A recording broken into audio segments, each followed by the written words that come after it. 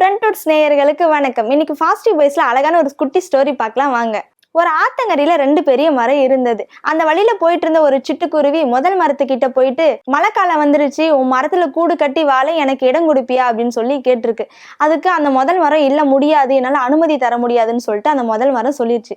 அப்புறம் 2வது மரத்துக்கிட்ட போயிட்டு அனுமதி கேட்டிருக்கு. 2வது மரம் சரி அப்படின்னு சொல்லிட்டு அனுமதி கொடுத்துச்சு. கொஞ்ச காலம் நல்லா சந்தோஷமா வாழ்ந்துட்டு இருந்த நேரம் பார்த்து மழை பெஞ்சு ஆத்துல தண்ணி போய் அந்த முதல் மரத்தையே அடிச்சுட்டு போயிருக்கு. அப்போ அந்த முதல் மரத்தை பார்த்து அந்த சிட்டுக்குருவி, எனக்கு உன் மரத்துல நானே என் சிட்டுக்குருவிகளும் வாழ எனக்கு இடம் கொடுக்கல, அதனாலதான் உனக்கு இந்த நிலைமைன்னு சொல்லி அந்த சிட்டுக்குருவி அந்த மரத்தை பார்த்து சிரிச்சிருக்கு. அதுக்கு அந்த முதல் மரம் வந்து சொல்லியிருக்கு, நான் ரொம்ப வலுவடைஞ்சு போயிட்டேன், மழை பெஞ்சா நான் தாங்க மாட்டேன்றது அது எனக்கே நல்லா தெரியும், அதனாலதான் என் மரத்துல கூடு கட்ட நான் உனக்கு இடம் கொடுக்கலன்னு சொல்லி அந்த முதல் மரம் வந்து சொல்லியிருக்கு. அப்படி நான் உனக்கு இடம் கொடுத்திருந்தா நீ தானே என் கூட சேர்ந்து கஷ்டப்பட்டு இருக்கணும்னு சொல்லிட்டு அந்த முதல் மரம் வந்து அவ்வளோ கஷ்டப்பட்டு அந்த சிட்டுக்குருவி கிட்ட ரொம்ப கவலையா பேசிட்டு இருந்திருக்கு.